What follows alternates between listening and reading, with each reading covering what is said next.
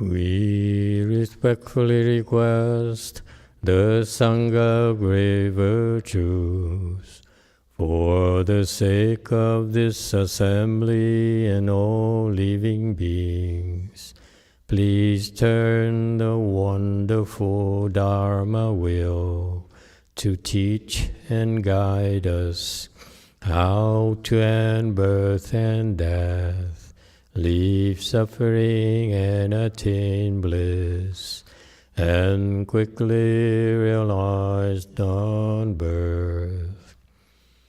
Cung thính đại đức tặng thinh, vì thứ pháp bồi cấp nhất thiết chúng sanh, tịnh duyên diệu pháp luân giao đạo ngã môn.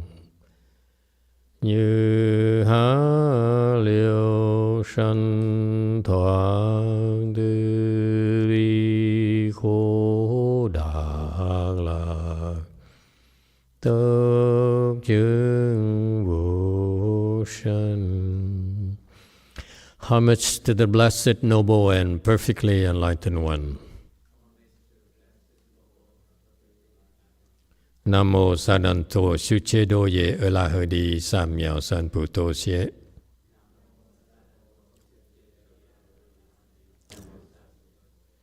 Nam mô Tát Đắc Tha Tô Ya Đa Ya A La Ha Đê Tam Miệu Tham Mô Đà Toa.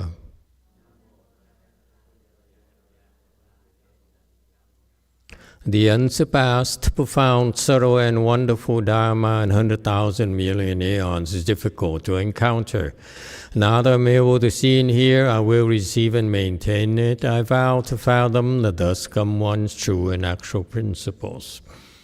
Wu shang sheng sheng wei miao fa bai qian,万劫难遭遇，我今见闻得受持，愿解如来真实义。O Buddhas and Bodhisattvas, Great Master Qingliang, Great Master YongHua, all good monks and nuns, and all good knowing advisors, Emitofuo. 诸佛菩萨、精良大士、师父上人、各位出家人、各位善知识，弥陀佛。Chư Phật Bồ Tát, kính thưa Thanh Lương Đại sư Thượng Tiến Hóa, quý sư cô và quý vị trịnh thứ thức A Di Đà Phật. Hello everyone. Today is the 28th of July 2024. Thank you for joining our discussion of the first chapter of the Avatamsaka Sutra here at DTT. I'm glad you're here with us. We're right now on slide 662. It's talking about, let me see, the second desire heaven, right? Yeah, second desire heaven. You can tell somewhat, thank you, because of the Dharma they practice, how they became a world ruler. Okay, so let's jump right into it. Celestial King, lofty, splendid sound, gain a passage into liberation of knowing the changing characteristics of the eons of formation and decay in all worlds. 高圣音天王，得知一切世间成坏劫转变相解脱门。Okay, 663. Remember, we are talking about, we have an introduction of these world rulers. World rulers are very big shots in each single galaxy. Each single galaxy has a lot of small worlds. Okay, so for example, in our galaxy, Milky Way is one galaxy right here. So that's called a Saha world, and within that there's lots of small clusters of what it's called a world and a small world, and that kind of hierarchy which you will learn later later in the sutra. But so these guys here, these are Mahasattvas who became Mahasattvas because they aspire. This is their aspiration. This is very important to keep in mind. They got here because they wanted to be here. So in order to be here, this first set of goals, they want to be a world ruler in the second desire heaven, and then they're led to practice a certain Dharma door in order for them to be qualified to rule over them. Okay, so it's very important for you to be cognizant of your long-term goals. What's the big picture for you? Don't get lost in the details. Okay? And so this celestial king, lofty, splendid sound, he got here. He practiced a certain Dharma door that enabled him to be qualified to rule over this world. That's what it means. Okay? So what did he do? What he did is he contemplated, because these beings live for a long, long time, so he's able to see how the worlds evolved. Okay, so each world evolved, as explained before. Each world has evolved through 4 phases of formation, dwelling, decay, and emptiness. Okay, for mankind, for the humankind, it's a smaller scale, still have to go through 4 phases of existence: birth, growth, aging or sickness, and then death. Okay, in that order. And so this particular world ruler here, he's able to see how the world evolved. Okay, from formation or birth till it dies. Emptiness meaning that it just disappeared, exploded, or whatever. Okay, it disappeared completely. Okay, so the Saha world itself will someday become empty as well. Okay, since you're not worried about what's going to happen to you, I'm not going to go into it. Okay, so you see, so this celestial king, lofty, splendid sound here, he's able to, because it's a long lifespan, he's able to observe that. Okay, he observed the evolution. Okay, he lives to be like 9 billion years, compared to us living around here in the U.S. For men, it's 79 years average. Okay, and so he's able to see the evolution of the world, how it changes. Okay, and because of that, he developed the wisdom to be able to handle the responsibility to be a world ruler of the second desire heaven. Okay? And so, if you've been following the first chapter here, you see from the higher desire heavens to low desire heavens, you see the complexities of the jobs requirements are more, they get lighter and lighter. Okay. Next, 664, celestial king, fulfilling intentions, gain a passage into liberation of pondering future bodhisattvas, practice of taming sentient beings. 成就念天王，得意念当来菩萨，调伏众生行解脱门。Okay. So he's this fulfilling intentions, 成就念天王.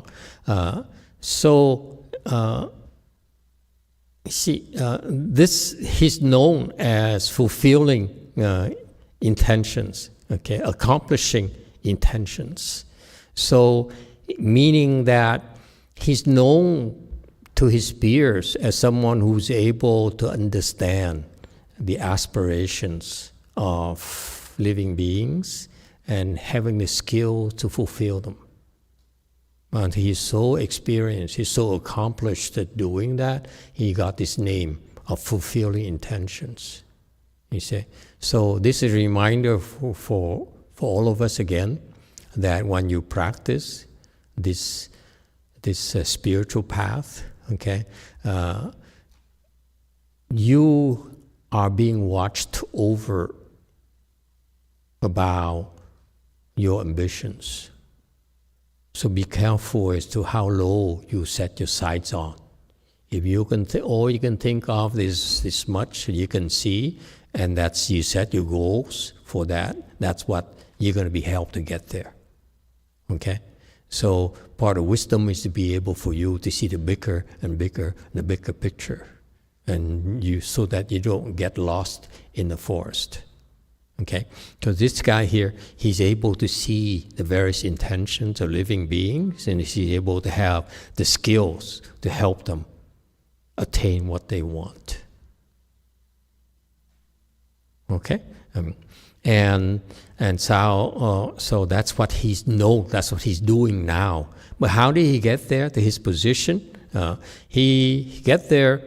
He became qualified for this position. Okay, the name says now that he's in this job, he's known to his peers and his superiors as someone who has the skills to fulfill intentions of his subjects. Okay, but how he got there, how he became qualified, is by pondering the future bodhisattva's practice of taming sentient beings. Okay, and so he contemplates the idea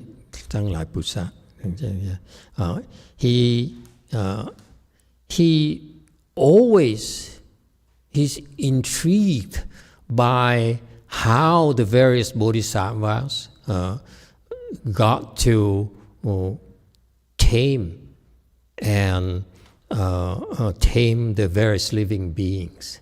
So in order for bodhisattvas to tame living beings, what do they need to do? Well, they need to use a lot of expedience.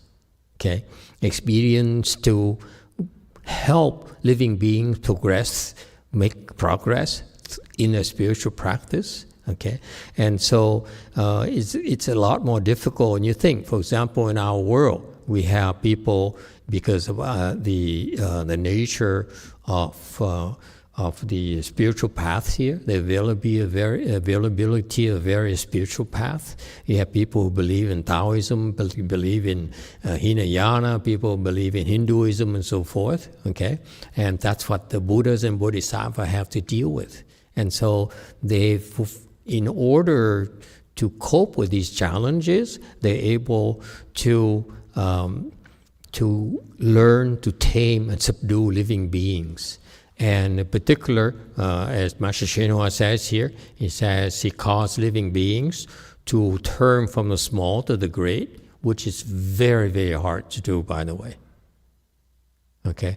I have so many Hinayana monk friends and nuns. Okay? And when you talk to them, their faith is so profound in Buddhism. They really believe in their teachers, in their lineage. Okay, whether it's Vietnamese, whether it's Thai, whether it's whatever, Sri Lanka and so forth, and their faith is so strong that they have tunnel vision. They cannot go beyond the small. It's so difficult. They don't listen. It's amazing to me. It's still within Buddhism, but there's no way to connect with them. Okay? It's so challenging. And so for these beings, these mahasattvas, to be able to turn the practitioners from small to great, it's very, very difficult. Okay? Or more specifically, if you encounter evil people, okay, Like, I don't know, you met any drug dealers? Okay, try to change them. Anyone has any experience? Okay, they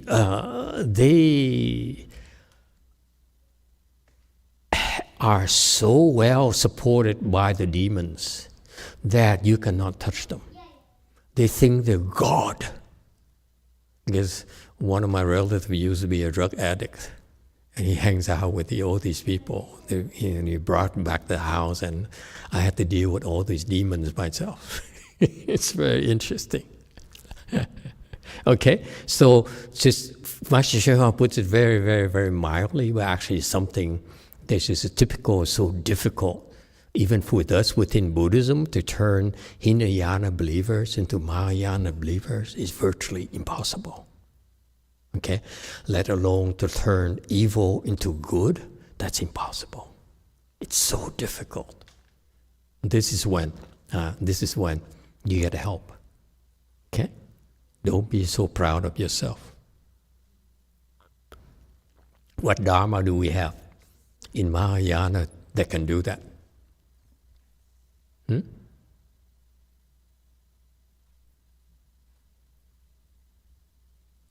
Just because I just told you it's so difficult to do, doesn't mean it's impossible. If I know it's difficult, therefore, my bosses also know it's difficult. Yeah? Of course. So therefore, it's not meant to discourage you. It's meant to challenge you. Yes, Way Mountain. Thank you, Master. I haven't tried it per se with drug dealers. But generally, wouldn't the Shurangama mantra be something to use that turns evil into sweet dew? Yeah, that's one Dharma door, absolutely. The only problem, though, is that when you use Shurangama mantra on those people, you harm them. That's a problem. The Shurangama mantra is so powerful that it can really hurt them. So you probably want to use it to hurt them, but it's very difficult to use it to turn them around, to turn them, or subdue them. Yes, you can subdue them, but and tame them, but it's very difficult for them to turn around. Okay, I remember the story of Shakyamuni Buddha, and he became a Buddha, and just before he became a Buddha, the demon king came around and try to confuse the Buddha. And so the Buddha used his power and actually confused the demon king and turned him into a disciple to a Buddhist. Okay? And the Buddha spoke Dharma to the demon king. This is the story I read from Master YongHua's explanations. And then the Buddha king was so happy after he listened to the Buddha's preaching. He certified to first stage arhatship. Just like that. Wouldn't that be nice? Huh? It takes a few minutes.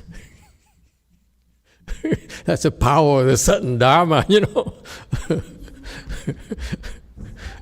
I remember when the sixth patriarch taught me, okay, I was stuck at second 2A. I was stuck at 1A, and he taught me. I was wondering about his teaching at 2A, so he came and taught me. That's what I meant. It took him about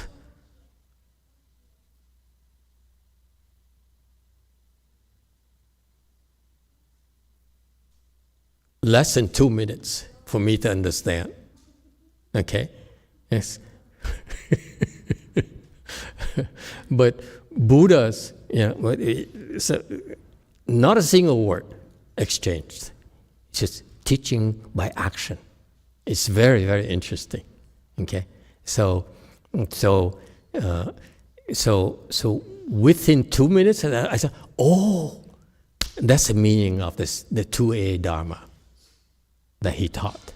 Okay, and so the demon king, he's there and intent, very determined to confuse the Buddha. And in very short order, the Buddha, and Demon King level is not that high. And in very short order, the Buddha spoke the Dharma to him, and boom, he certified the first stage arhatship. And after he certified first stage arhatship, Demon King was so happy. The first time in his life, he says, wow, I've never been this happy before. Remember, he's the one who has all the food, all the women, all whatever power you have. He's a very powerful Demon King, okay? And he said, all the pleasure I've had is nothing compared to what I just experienced. And many of you have 1A already, say, what is he talking about? Hey, this is Master Shenhua's story, not mine, okay? And so the Demon King was so happy. And he says, boy, now I understand the meaning of my life. So he turned around, looked at the Buddha and said, what am I supposed to do now? I'm confused. I don't want to be a Demon King anymore. Okay? So the Buddha gently told him, go back, son. Go back. Go back and be a Demon King. And you can practice in secret, and you can convert them. You can gently introduce them, and don't tell the other Demon Kings, okay? Because we have spies in their ranks. We turn the Demon King, the Buddha turned the Demon Kings into Buddhists. Okay, and so the Buddha ordered him and said, you go back, you live as a Demon King, but you quietly and discreetly convert your followers and teach them the proper path. And that's what the Demon King did. Okay, yes, Wei Mountain. Dạ, Nam Mô Di Phật, kính thưa Thầy. Thầy nói Pháp đó chỉ là Pháp kiên nhẫn với cái lòng từ bi, phải không Thầy? Tại vì con cũng có nghe một cái câu chuyện thật á, của cái người này ở Việt Nam. Anh ta làm ăn cướp, ăn trộm, nói chung là cái gì cũng làm hết. Qua bên Thái Lan, ở tù bên đó cũng vượt ngục đủ thứ hết. Nhưng mà có thể là siết cổ bà vợ để mà sắp chết luôn. Nhưng mà sau khi mọi người đều xa lánh anh ta, nhưng mà ở tù vượt ngục xong rồi siết cổ vợ luôn, coi như vợ nói gì cũng không nghe. Nói chung là hung hãn lắm. Nhưng mà có một cái người này, một cái ông già ở cái bên, thì mỗi lần anh ta qua mà than thở gì đó thì ông sẽ nói không sao đâu, con tốt lắm này kia nọ. Rồi từ từ thì ông đã chuyển hóa được cái anh này, và nhờ cái lòng từ bi và sự kiên nhẫn của ông, cho nên anh này đã chuyển hóa, thân tâm của anh quay 180 độ và đã niệm Phật và tu học. Đây là câu chuyện thật ở trong Phật Pháp Nhiệm Màu mà anh đó đã lên nói á Thầy. Là lòng từ bi với kiên nhẫn. Dạ, phải không Thầy? Nam Mô Di Đà Phật. Dạ.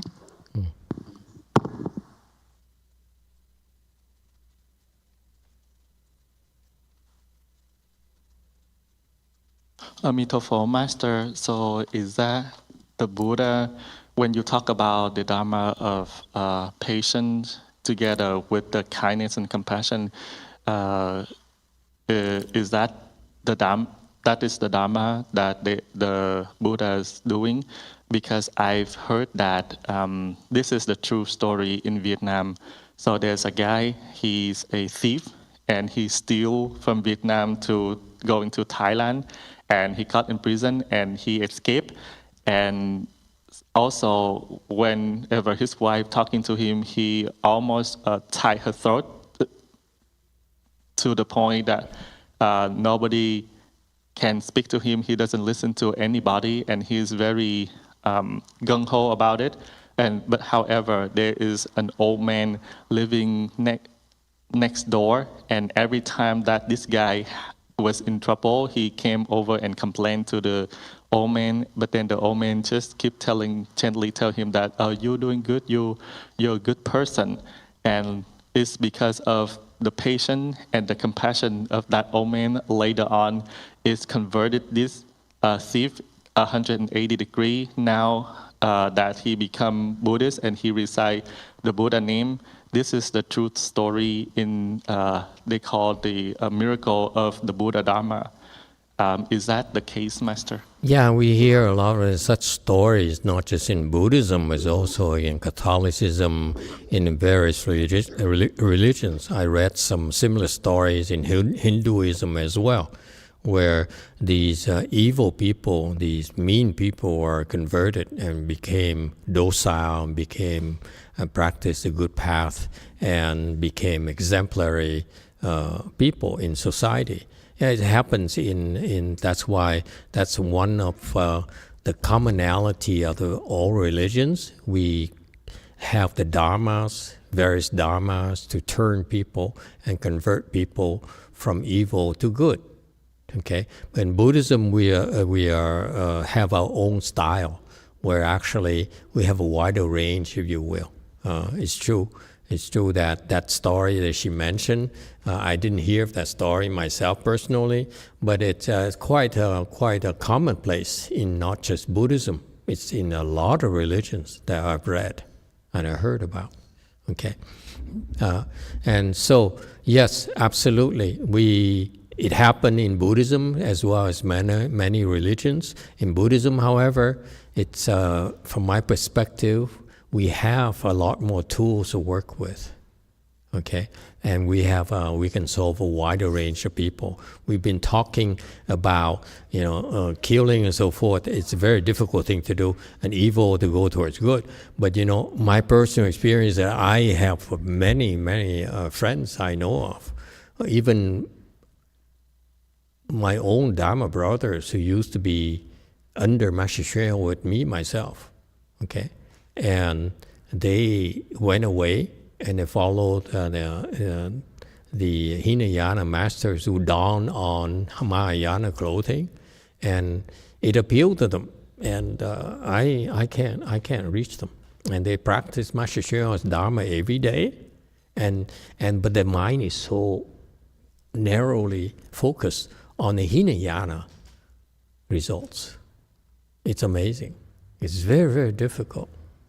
Okay, and when I first started, the first several years of when I started teaching, because I was told to teach, and so I hung around this guy, and after several years, I gave up. I say, it's going nowhere. Okay, this kind of person, I can't touch him. So I know personally how difficult it is to go from small to big, to large, to great. It's so difficult.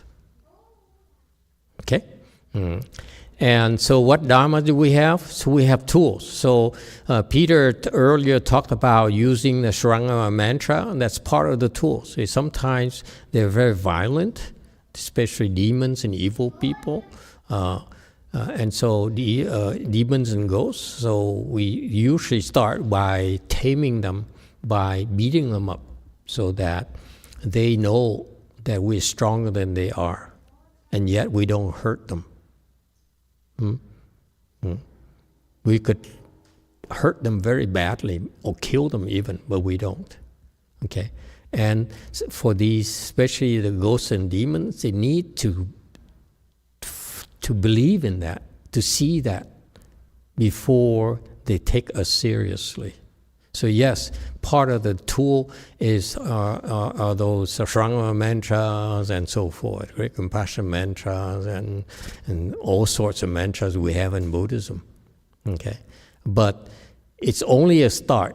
But what I'm pointing out to you is there are many tools, other tools, such as the great compassion mantra that will not be as hurtful to the demons and the ghosts, but has a way of turning them from evil to good, from small to great. Okay? Or what's another Dharma we have that's been introduced to you already?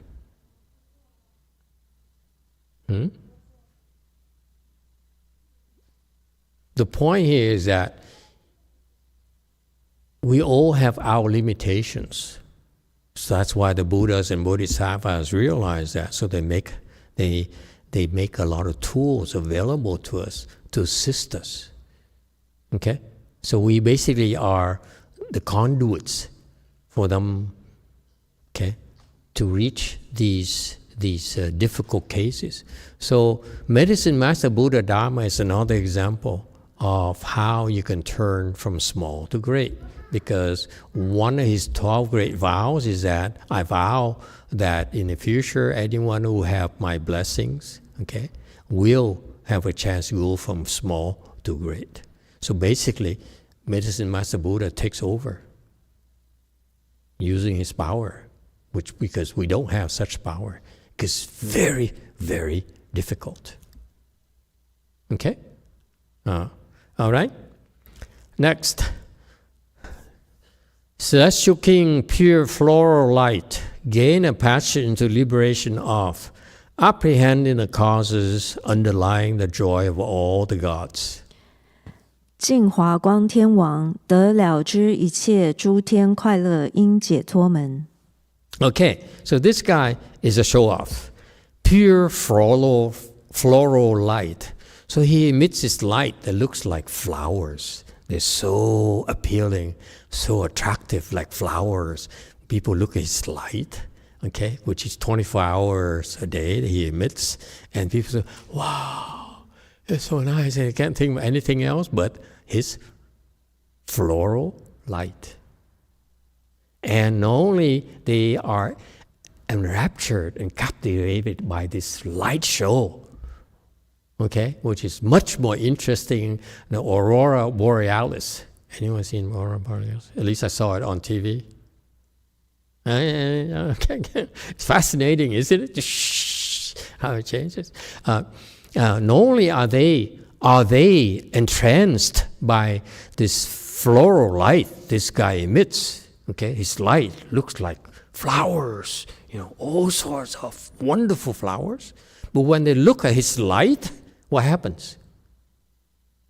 It has a function of reducing desires, reducing calculating. Hey, wake up. Just I'm talking to you, falling asleep. Huh? How calculating we all are. Look at his light here, and we stop. We become less calculating. Huh? And so that's what pure stands for. Pure means that you think less. You have fewer desires. Okay? So you have your son who's difficult to deal with, he doesn't listen to you, give him a video of pure floral light. And let the celestial king take care of him for you. Okay. And so he got there by comprehending the causes underlying the joy of all gods.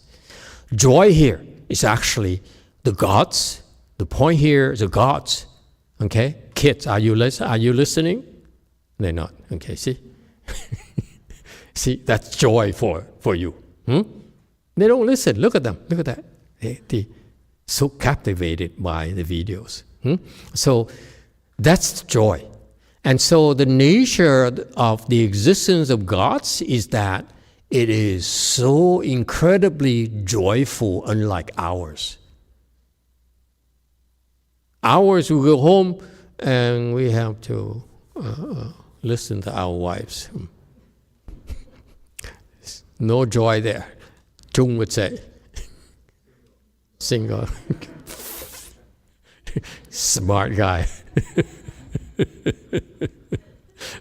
And so the joy, the gods are different. Their existence is totally different from us. They have so much joy during the day. We have so much challenges, so many challenges, so much anxiety and worries and stress during the day. When you get to the heavens, it's all joy. And so it's a real attraction for us. Okay? So that's why the non-Buddhists, they're so interested in becoming and going to the heavens, because what they heard is true, is that you go up there, it's so much pleasure. Life is so pleasurable. Okay, so this king here, he's in that environment. What does he do? Okay, how do he become a world ruler? By thoroughly understanding what it takes to be able to have such joys, for celestial beings to have such joys. So he understands what they have to do in order to be born into the heavens and enjoy those pleasures.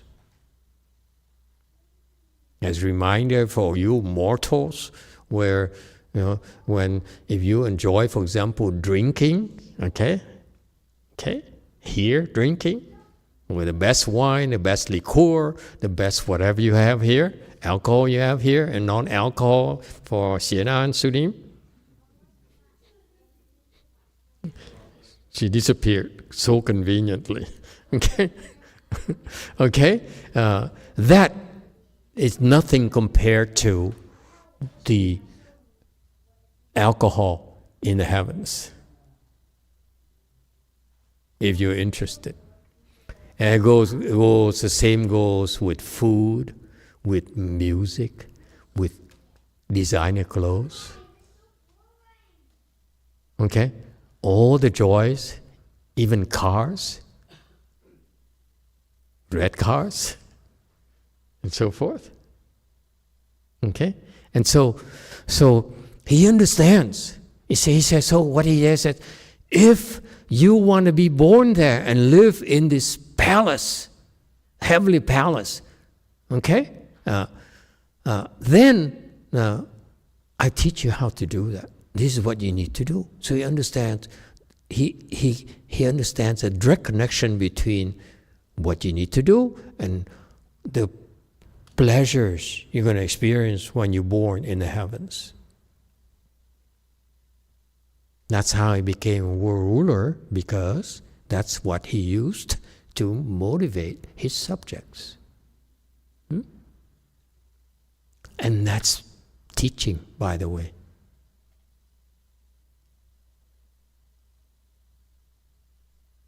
Okay? You teach people by finding out what they want first. How much they want it. And then you show them a way to get it. You don't do brute force like Peter and say, no, that's wrong. I am beat up on them.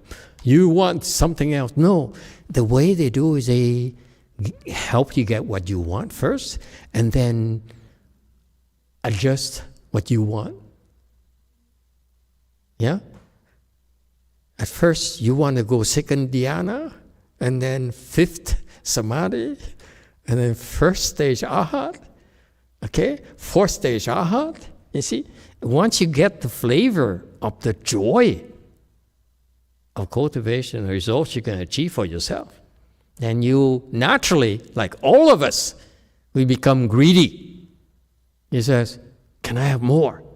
And this celestial king says, of course you can. Let me show you how. And that's teaching and transforming.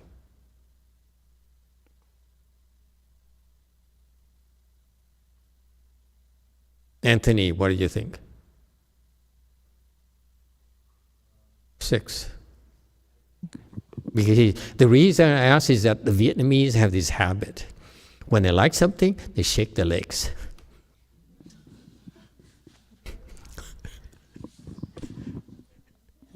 Emitofuo. One question I had, this might relate to maybe other days' lectures, is there a difference between taking a loss when you are possessed by a depression ghost, or taking a loss when you're just being straightforward? Sometimes I'm not sure when I'm being possessed or not, so I just wanted to know. And some people have reprimanded me for taking losses when I was possessed.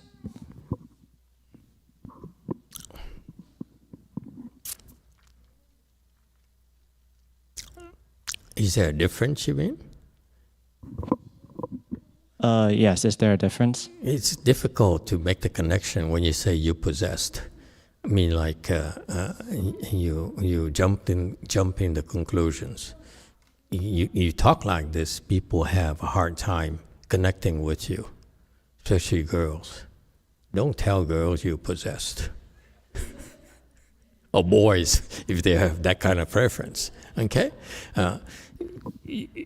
Avoid talking like that is my first advice to you, okay? Don't tell people I'm possessed.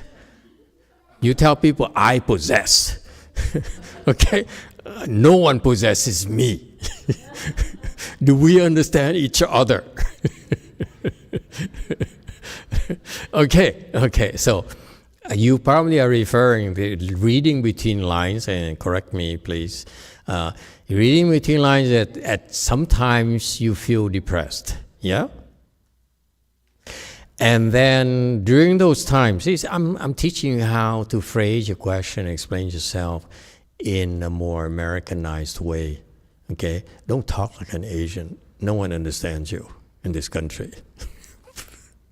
Okay, and so you say, sometimes I feel I'm depressed. Don't say I'm depressed, I'm possessed by a depression ghost.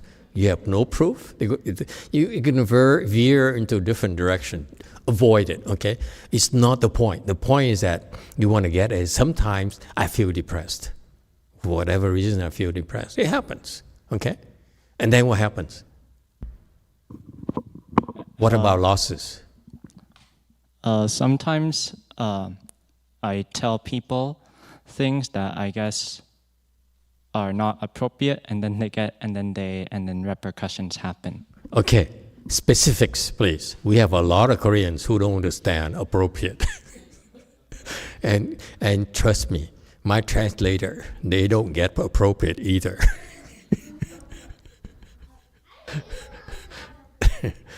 Okay, so be specific. It helps avoid a lot of misunderstanding. So be specific, say, okay, when you press, and then I did this. What is that what you did specifically that caused you trouble? Okay. You talk like that, by the way, it's much easier to connect with you. Because what you do when you talk to people, okay, unless you're a professor and your intellect, you want to talk in very abstract terms because you're a superior man, therefore you're supposed to understand. Okay, we mortals, we don't want to think as much as people think. It's much easier in American communications is that you be very clear. When you talk to people, they don't need to process. They understand exactly what you mean instead of having to process and second guess you. Does it help? Okay? That's Asian. Asian are very abstract, like Master Hsu's Dharma. 80% is abstract because it's so flowery, it's so beautiful. And you could go in so many directions. That's why it's so profound, so deep. But I scratch my head, what does he mean by that? Okay? And it causes problems not for him, for his disciples. Because they don't get it either. None of it gets it in our generation. Okay, because there's too many options. And it's true. That's what he meant. He meant all those options. Okay? So that he addresses a wider audience. But when you talk to me, I'm not a wide audience. I'm a very limited audience. Okay? Examples. When you're depressed, what did you do that got you in trouble? It's amazing. I've been teaching my students this, right? I mean, that's lesson number 1. When you ask Master questions, be specific. He's been coming to the temple for almost a year and a half now. He still talks like a scholar. Okay. One time I felt guilty for having a sexual thought to someone, so Oh no! to repent to that. We have PG audience here. I'm kidding. Continue. Too young to understand. And then I guess I felt a lot of pressure, and I don't know, I repented to that person. And What? I got...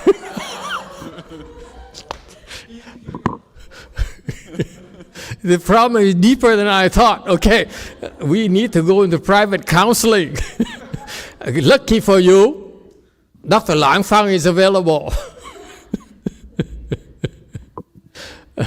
Yeah, you confess to the person who had sexual thoughts of? Yes, and then I got... What? You don't do that unless it's a very special circumstances when you do that. Cornelia. Bad girl. Okay, so and then how is that taking a loss when you confess to someone? I don't get it. I don't know. I got in trouble afterward.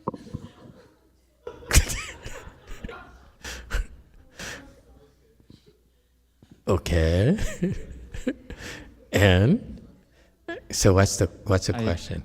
And then later I talked to a high Sanghan, and then he said that he told me to not trust my thoughts. So I was just wondering if what is the correct Which way? thoughts? You see, it's so vague. You have to be very specific. When you say not to trust your thoughts, which thought?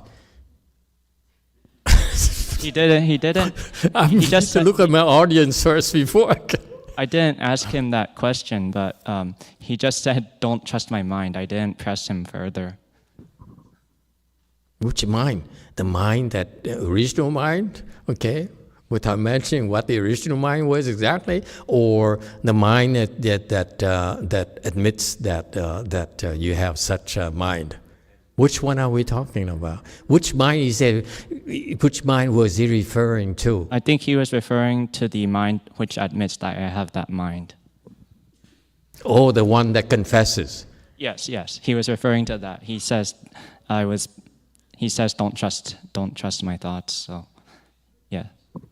But you trust the original thought? Yeah, I think he said... You're enjoying this too much. He said not to trust that either. I believe he said that before you become a fourth stage arhat, don't trust your mind. Nonsense. Even a fourth stage arhat still have such thoughts. He doesn't know what he's talking about. You think fourth stage arhat don't have thoughts of liking a girl anymore? Who told you? You read it in the books, right? That's what everyone reads in the book. My fourth stage arhat still like girls. Or like boys.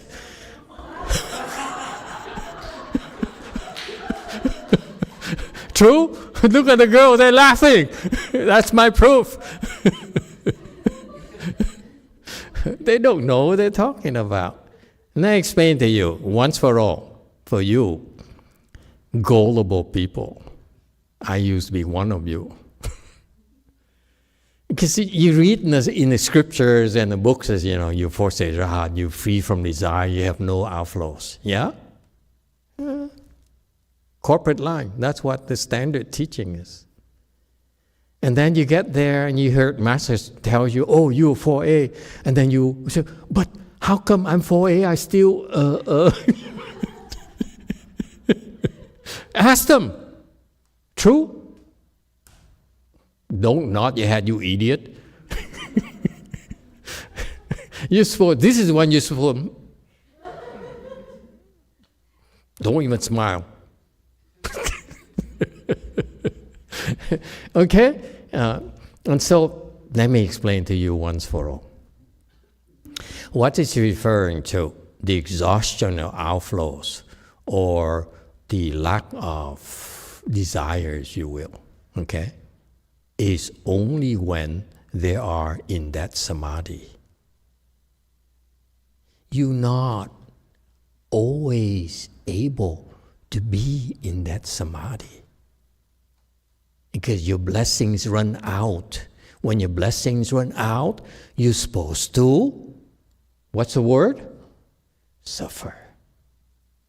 You have to face your wife and your girlfriend, and she'll torment you. Yeah? Now they're not laughing anymore, are they? You understand?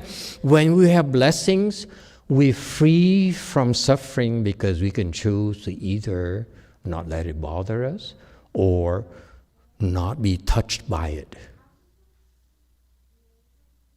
You understand the difference? You're not touched by it by entering samadhi. If you don't enter samadhi, you have enough blessings that it cannot bother you. Okay? That's what it means. It doesn't mean you are like half a man.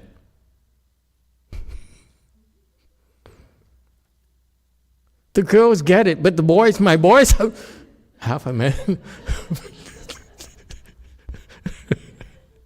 Okay? It's nonsense advice.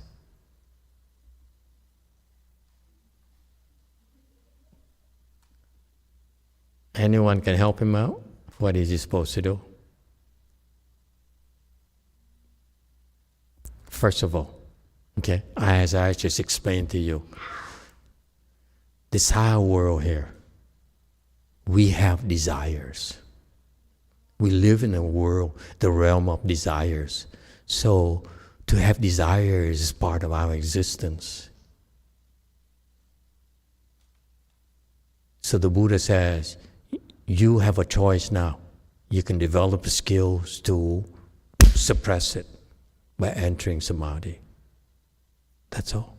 But if you're not in samadhi, we can have desires of this. We want a car, we want more money, we want fame, we want food. That's normal. Nothing to be ashamed of. Okay? You're alive. And what you don't realize is that those desires actually have causes that planted way in the past. And so we are agitated by desire because that's part of our suffering. Don't look at it as fault. Like the Catholics who like to teach you, oh, shame on you, you know. No, it's part of our existence. We are enduring the consequences of our karmas that were created in the past. That's why we have these agitations. In a prior life, let me put it this way for you, was that a girl or a boy? Just, you don't have to answer that. Okay? In the past, I give you a very, this is the standard explanation in Buddhism. If you have agitation, you're agitated right now, it's because in the past, you agitated her. In the past, you were a girl and she was a boy, and you agitated her. Now, you became a boy and she became a girl, and you now, she agitates you. Now you're even. Does it help? Don't have to feel guilty. In other words, wait, it doesn't sound right. Got that? N'importe quoi. His friend means nonsense. Dr. Fang, do you agree with that? Would you accept him as a patient? Yes, Wei Mao. You have to go to Kaiser if you want to talk to her, by the way. You don't want to talk to non-Kaiser patients. I found out. I said, doctor, can I talk to you? He said, where's your Kaiser membership? Number. Andres, you look so depressed. I'm just tired. Tired. Is suffering's optional, right? Who told you? Who said so? It's natural, but isn't it? It's optional in the mind if I want to get afflicted. You look at the problem wrong. See, that's a problem with you. You read too much. You study too much. You heard too much. And it's all jumbled up. The premise of your question is wrong. Anyone can help me out here. So I what's have wrong to be, with his approach, with thinking? So if I afflicted someone in the past, and they afflict me now, I have to be afflicted? No, that's a wrong premise. I just told you. Don't make me repeat myself for the third time. Anyone can help me out. What's wrong with his approach? If he does this, he will be in trouble forever.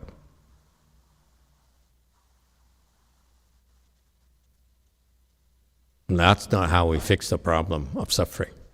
Okay? If you do it that way, chances are that you become more depressed. Go first. Hello. Yes, Sina and Sidin. What do you have to say for yourself? Not me, about him, his question. Okay, yeah, go ahead. Sorry. So I think he's asking a question on the hypothetical basis, not instead of actually what happened to him or how he feels. No, Then, okay. No? Don't go there. Okay. Next. Anyone? What's wrong with him? What's wrong with his approach? This is so typical of the Buddhist disciples. You take things literally because no one corrected you.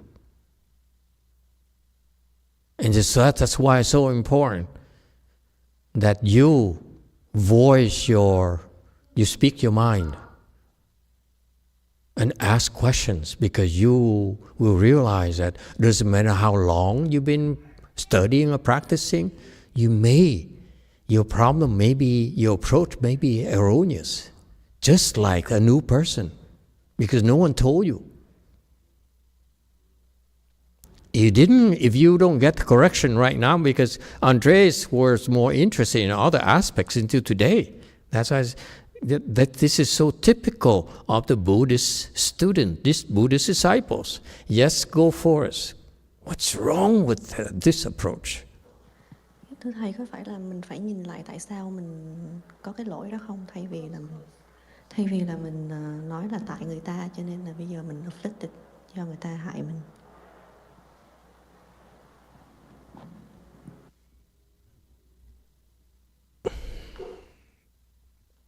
Emitofuo Master, is that because that we have to look at why we have make that kind of mistake, instead of looking at other people, saying that why does these people, why am I get afflicted because other people harming us?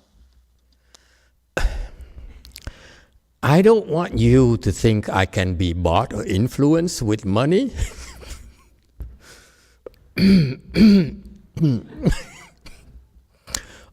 Just because you help me fix the windows of my car? No. Next. What's wrong? Did you want to say something, Seven? Okay, go ahead, Seven. Emitofuo Master, I hope I get Andrea's question right. I think he was trying to say suffering is optional. There's a saying in Buddhism, 人苦了苦. So if he want to pick and choose for suffering, that will bring him an attitude to avoid to suffer. Then basically he will not be able to, trying to find the right word. Yeah, but he has to be able to face and take care of it rather than trying to hide or and stay away from the suffering.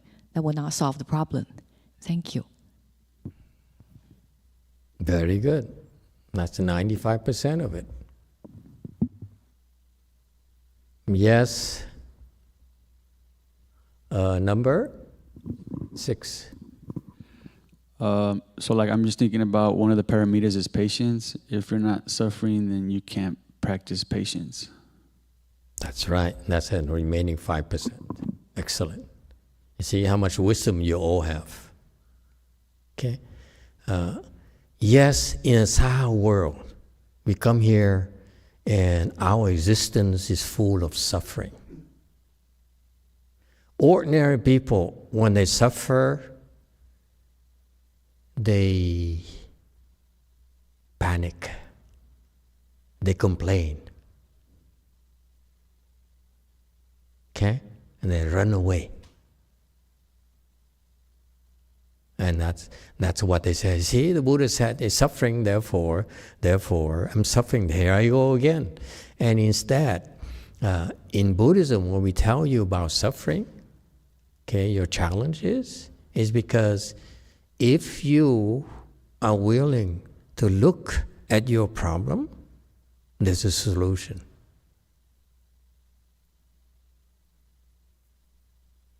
Okay? And so Andre's problem, he look at suffering as, he says, I don't want to suffer. And that's a wrong premise already. Suffering is the nature of our existence. We suffer, if we don't suffer from this, we suffer from that. Okay? And so ordinary people, they allow suffering to overwhelm them. Whereas we practice Buddhism, we get trained not to let suffering overwhelm us, confuse us. Yes, our existence is that of suffering. All sorts of suffering, countless forms of suffering. There's no way to avoid them. So that's why it's often in Buddhism, people who like to read about Buddhist books and learn about the theory, they are impressed by the fact that they can rise above suffering, but actually it's not the goal of Buddhism. We talk about helping people end the suffering and attain bliss because they're weak. If you're strong, we teach you embrace suffering so that you can help others end their sufferings, folks. Not your suffering. You only want to help others end their suffering. You don't want to end your own suffering if you're a real man. Does it make sense to you? That's who we are. We're not afraid of suffering. Yes, we're suffering.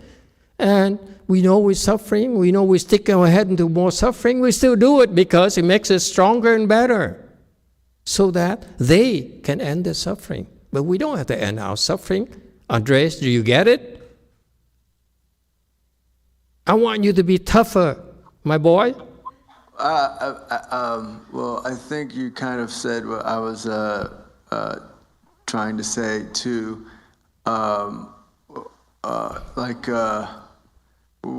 Life full of challenges, but it's optional to, like you said, most people will run away and freak out and get scared. I'm more talking about the response to what you were calling suffering and what I was calling challenges. Because right now it's, I'm sitting and it's painful, but I consider it more like fun to face the challenge and try to get better than suffering. There you go. That's the right attitude. It's supposed to be difficult. Only wimps prefer it easy. We don't want it easy. But that being said, so the suffering part is optional because it doesn't have to be a negative experience. It can be a positive experience. Well, we cheat if you want to say it, right? Sometimes we cheat. You say, this is enough suffering for today.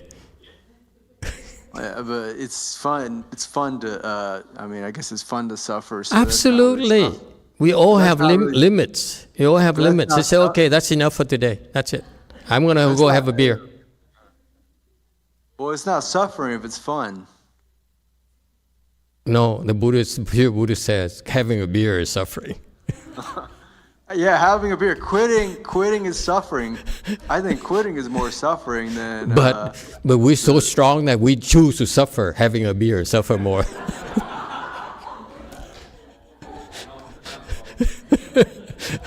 Non-alcoholic beer. I don't want Sian Sinim to get the wrong idea. That's what Anthony did. She's so excited. You show her if you. That's what Anthony did when he took the loss. He chose to suffer more. We should applaud him for that. Okay, anyone else? Okay, so the point here, Master YongHua is teaching us this is a fundamental foundation of Mahayana here. Okay, that you need this basic knowledge if you want to have pleasures and have pleasurable experiences. You should behave like the gods because that's how they got up there. They got up there, became a god because they are entitled to experience pleasurable things. They don't have to suffer. And how they got there? By cultivating the 5 precepts and the 10 good deeds. That is fundamental, folks. There's no other way to slice it. Okay? The non-Buddhist approaches, they talk about a lot of things, but it all falls within this category of keeping 5 precepts and doing 10 good deeds. You do that, you will have heavenly pleasures.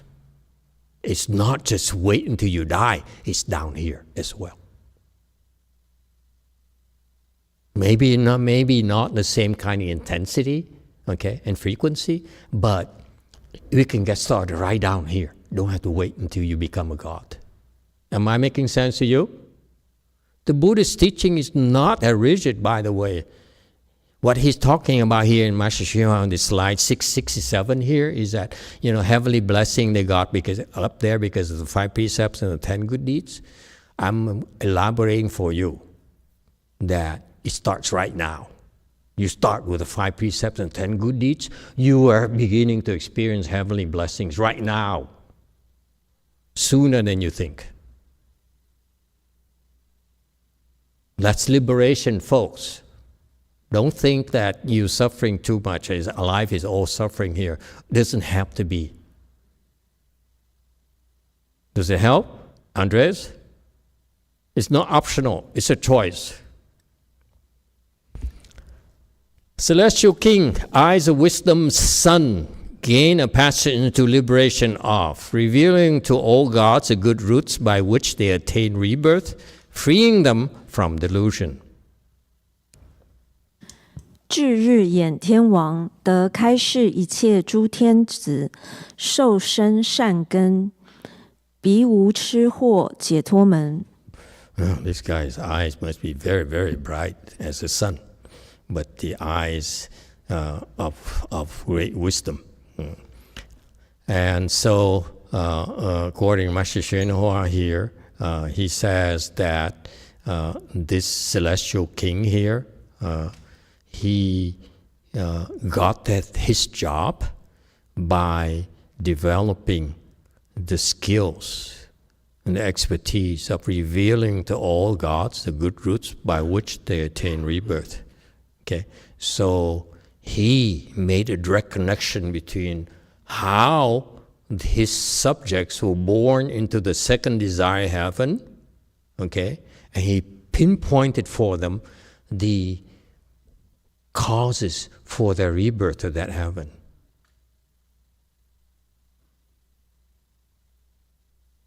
That's precision for you. That's Buddhist precision without instruments. Isn't that cool? In a liberating for you to see that if I want to be this way, this is what I have to do exactly. You got here because that's what you did.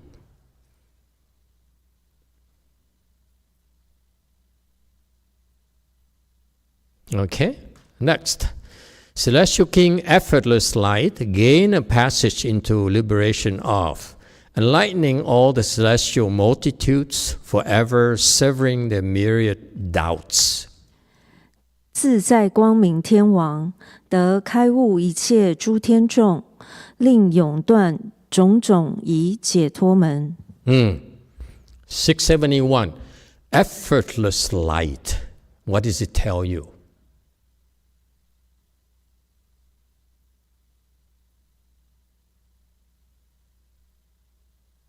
Why is he known as effortless light, you think? This is a name given to him by his peers and his superiors. Yeah? Usually his superiors. And then adopted by his peers. So, it's a person high level and look at him and say, oh, he's kind of effortless light, isn't he? So why is he known as effortless light? Deji Suni. Why?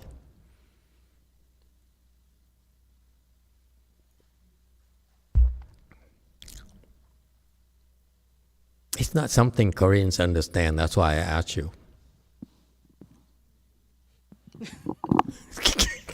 She said, then why do you ask me? Because you're Korean. I want to make my point. Effortless light. What does it mean? 예, 잘 모르겠습니다. I don't know. Yeah, I don't know. Okay, very good. I need to learn that Korean expression. I don't know. And this is all the Sunims teach each other. They said, if Master asks you a question, I don't know. He will leave you alone. Oh. Yes, 3. So, Master, isn't we usually translate the 自在 into self-mastery? Self-mastery, effortless, same concept. Is that because he doesn't have to think? Doesn't have to think? Okay. Let me explain to you. Okay. Throughout Buddhism, in particular the Avatamsaka Sutra, when you see light, what does it tell you? Wisdom. When you have wisdom, all the people who have wisdom, they emit light. Master Shinran emits so much light, but he won't let you see it. He has so much wisdom. Okay? But naturally, you cannot see his, but his bosses can see his. Got that? That's why they look at him and say, oh, you effortless light. Because when he uses wisdom to help living beings, it's no effort.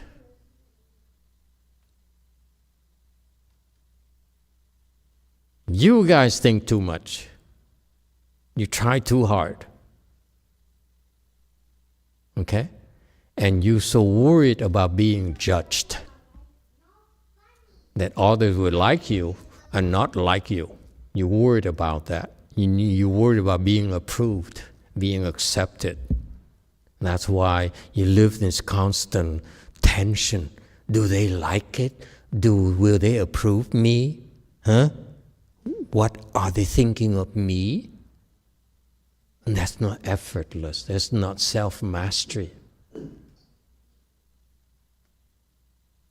And that's slavery.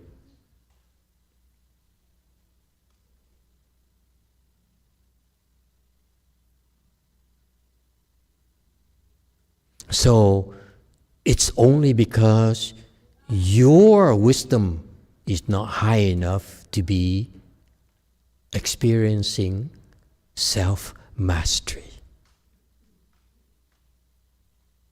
You still allow others to affect you.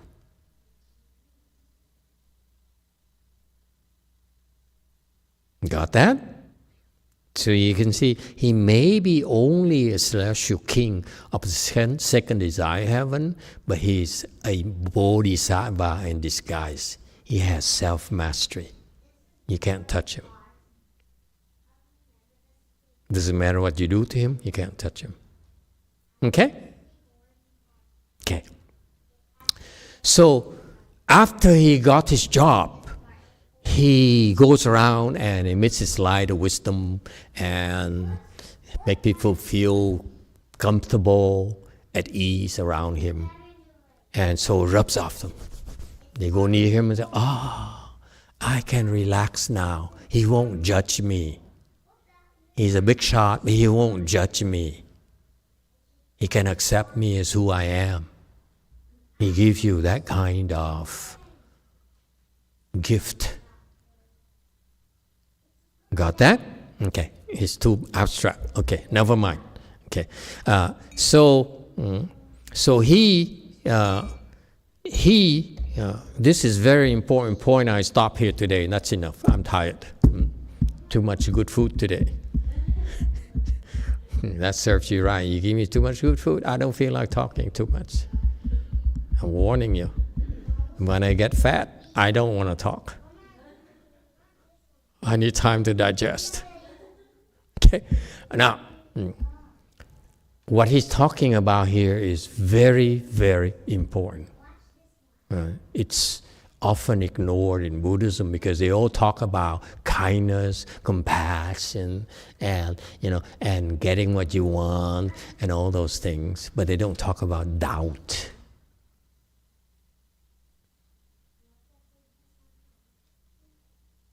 One of the most damaging things that you can do to yourself is to have doubts.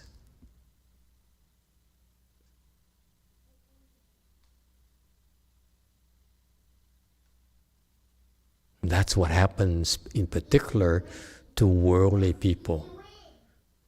They live in doubt. Whatever you tell them, they say, I don't believe you. They don't say it out, but in their heart, they say, I don't believe you. I don't know. Yeah? Agree, disagree? I have my favorite disciple right there who agrees with everything I say today. It's only two of us, two of a kind. The rest of you are losers. Doubts. Okay? Because we are scammed so often online. Our wives mislead us when they buy a set of washer and dryers and hide those purchases somewhere, the credit cards and so forth. It's confusing to us. Okay, so the world is rampant with doubt and no one talks about it, but no one believes anyone else. So when you meet, if this is how you live, when you meet a good no advisor, and like Master YongHua who says, who teaches you, he said, are you for real? So Master YongHua has to say, don't you know how powerful I am? I can heal your cancer. I can heal. I can send your mother to the Pure Land. I can turn your son to someone smart. If that interests you, they don't become zombie watching videos and games. Look at them and losing track of life and time. Look at them, totally absorbed. Stupid state. They do listen, you know that? They actually listen with half an ear. And that's good enough. It sinks into your consciousness and you have half of a seat there.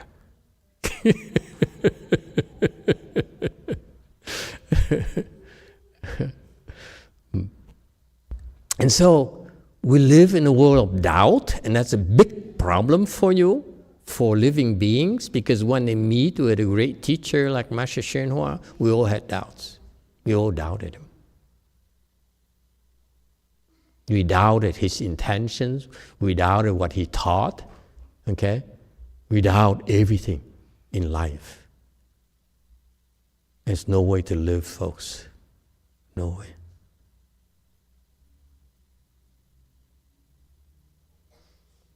To the point where we doubt everyone.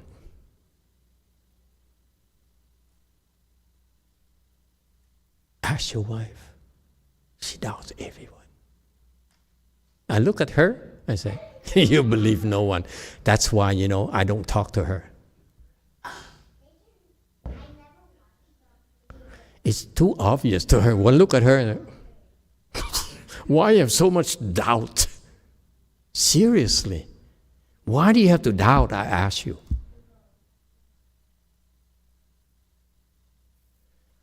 Instead, what I'm proposing to you is hold off on your doubt. Wait until they open their mouth first. Then you doubt. But don't come with people with doubt loaded into your app already. Everything goes through the doubt app with you. I don't believe you. You open your, I don't believe you. Honey, I just came to visit my mom. I don't believe you. What are we supposed to do? There's no way to live, folks. Don't doubt. There's no need to doubt. Okay? Severing forever the myriad doubts. Because doubt is one. You doubt the myriad, you have myriads of doubts. And he severs them up. Speaking of public service, isn't that wonderful? No one appreciates him. He severs your doubt. What happened to me today? I feel lighter today. I no longer doubt my husband, my boyfriend. But you say, I don't know why. I just feel lighter. I feel more energy. Because it takes so much energy to nurture your doubt.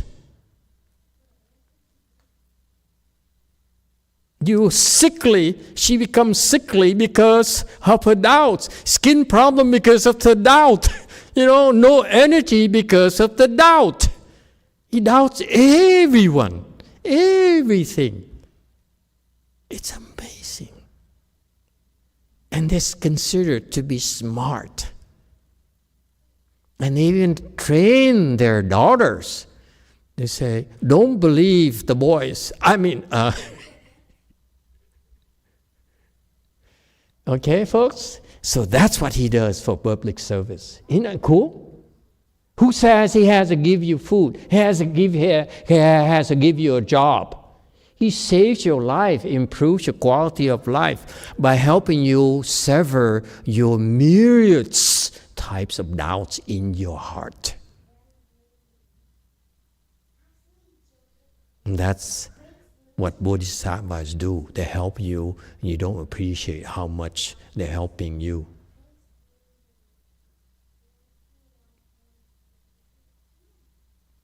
Thank you, everyone. We stop here today.